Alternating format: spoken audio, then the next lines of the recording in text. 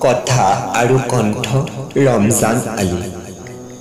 নাৰী নাৰী তুমি যে আজি অসহায়, নাৰী ৰূপে জন্ম লোৱাটোৱে জানো আজি তোমাৰ অপৰাধ। কিয় তুমি নাৰী ৰূপে আহিলা? নাৰী তুমি মোক গৰ্ভত ৰাখিলা সযতনে, ডাঙৰ দীঘল কৰিলা আলফুলে। মই যৌৱন প্ৰাপ্ত হলো, যৌৱনৰ কামনাত তোমাক মই ধৰ্ষণ কৰিলো।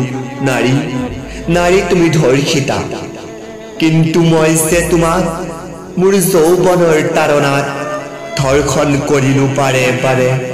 সেই কথা কিমানে বুজিব? হয়তো সমাজে তোমাকে দোষী সাব্যস্ত কৰিব, কাৰণ তুমি যে নাৰী।